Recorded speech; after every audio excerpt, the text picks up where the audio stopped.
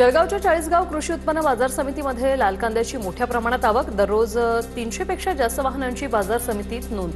बाजार समिती परिसरासह रस्त्यावर वाहनांच्या लांबच लांब रांगा।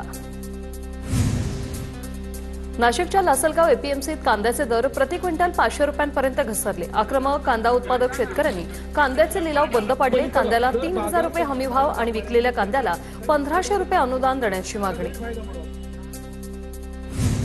नंदुरबार बाजारात भाजीपाल्याची आवक वाढल्याने दरात घसरण। गुजरात आणि परजिल्ह्यातून भाजीपाल्याची आवक वाढली, खर्चही निघेना। दर घटीमुळे शेतकरी चिंतेत। गोंदियाच्या देवरी, अर्जुनी, मोरगाव आणि सडक अर्जुनी तालुक्यांमध्ये कलिंगड लागवडीला वेग। जिल्ह्यात तब्बल 231 हेक्टर क्षेत्रावर कलिंगडाची लागवड। कलिंगड एप्रिलमध्ये बाजारात दाखल होणार। सिंधुदुर्गातील देवगड हापूस आंबा बागायतदार आर्थिक संकटात। 90 ते 95% आंब्याचं नुकसान झाल्यानं केवळ 5% आंबा झाडावर शिल्लक राहिलाय। आंबा शिल्लक नसल्यानं देवगड हापूसला 1000 रुपयांचा दर मिळण्याची शक्यता। सोलापुरात अवकाळी पावसामुळे आंबा बागेचं नुकसान। वादळी वारा आणि अवकाळी पावसामुळे दक्षिण सोलापूर तालुक्यातील आंब्याचा मोहर पूर्णपणे गळाला। शेतकऱ्यांकडून नुकसान भरपाई देण्याची मागणी।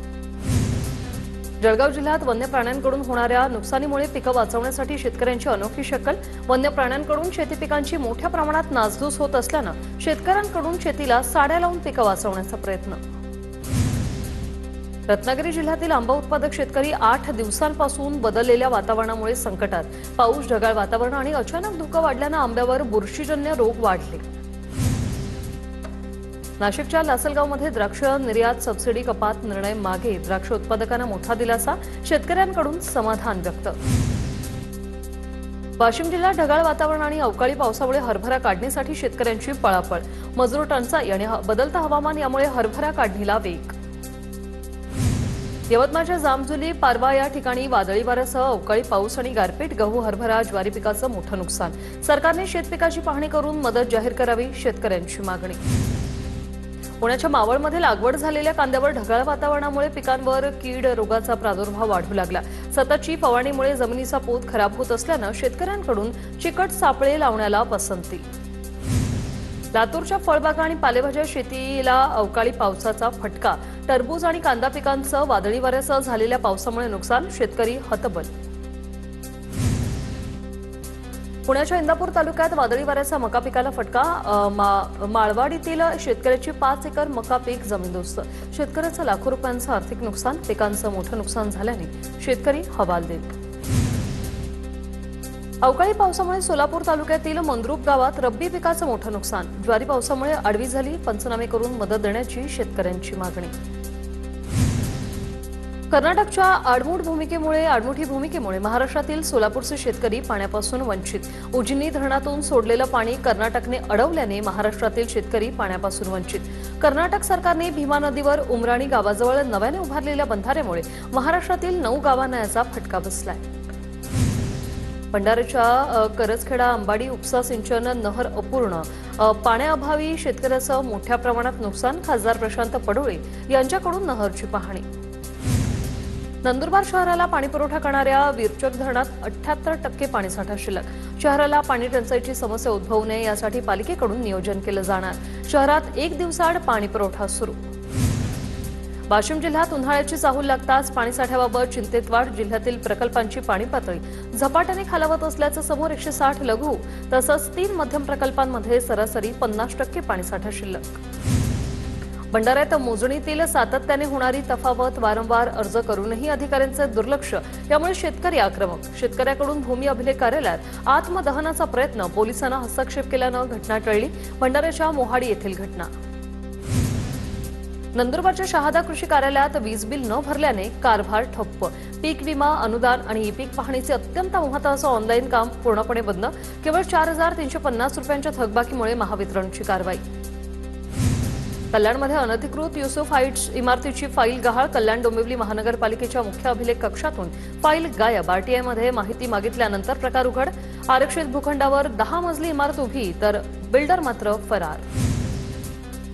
जळगावच्या मुक्ताईनगर पंचायत समितीमध्ये विविध मागण्यांसाठी शासकीय निमशासकीय कर्मचाऱ्यांचं काम बंद आंदोलन सुरूच। वेतन त्रुटी आणि जुनी पेन्शन योजनेची पूर्तता करण्याची कर्मचाऱ्यांची मागणी।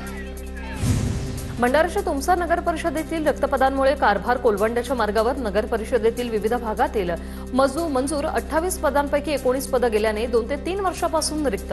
स्मार्ट शहरचा गाजावाजा केवळ घोषणांपुरताच मर्यादित.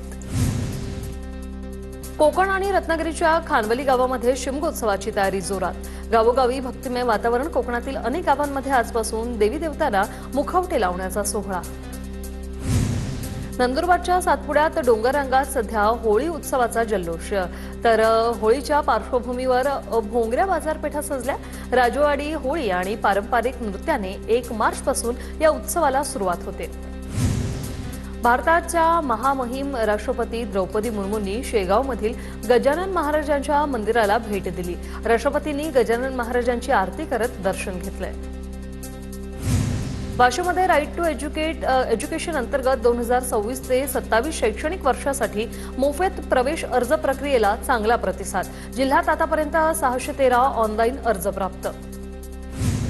वाशिमच्या कारंजामधील 22 महिन्यांच्या चिमुकलीने अनोखी छाप उमटवत इंडिया बुक ऑफ वर्ल्ड रेकॉर्डमध्ये मिळवलं स्थान. एरा भिवरकर हिने अवघ्या 4.5 मिनिटात 48 देशांच्या ध्वजांची अचूक ओळख करून देत विक्रम नोंदवलाय. वाशिम जिल्ह्यातील शेलूबाजार शेंदूरजना मोरे मार्गाची अवस्था अत्यंत खराब. रस्त्यावर ठिकठिकाणी मोठे खड्डे पडल्याने प्रवाशांचे हाल. तातडीने रस्त्याची दुरुस्ती करण्याची नागरिकांची मागणी.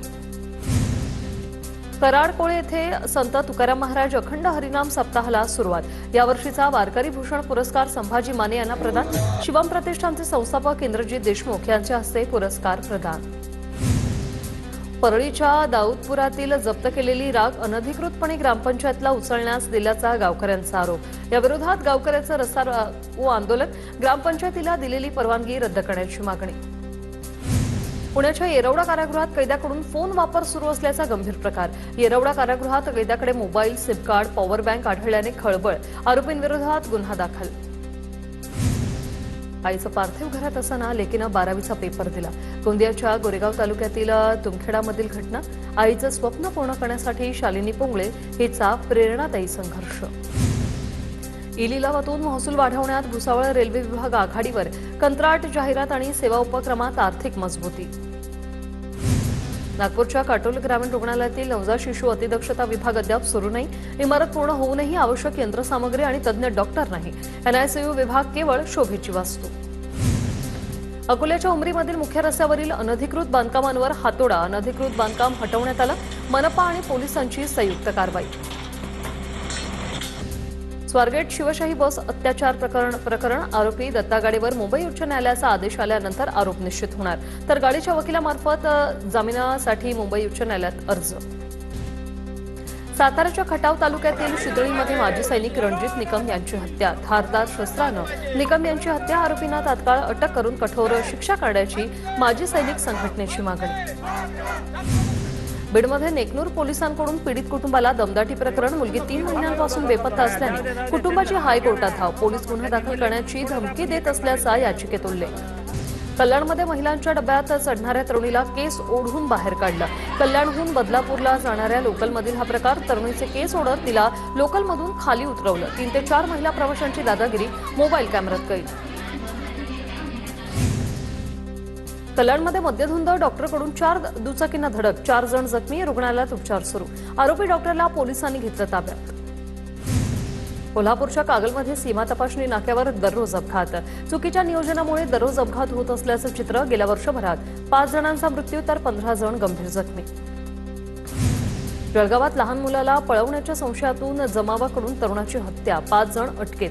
आव्हाणे शिवारातील लक्ष्मी जिनिंग जवळील ही घटना. बेदम मारहाणीनंतर उपचारादरम्यान तरुणाचा मृत्यू. नागपूरच्या अंबाझरी तलावात उडी घेत पोलीस हेड कॉन्स्टेबलची आत्महत्या. 2 महिन्यांपासून पत्नीशी सुरू असलेल्या कौटुंबिक वादामुळे आत्महत्या केल्याची प्राथमिक माहिती. 2 अपत्यांच्या ताब्यांवरून पती पत्नीत वाद सुरू होता.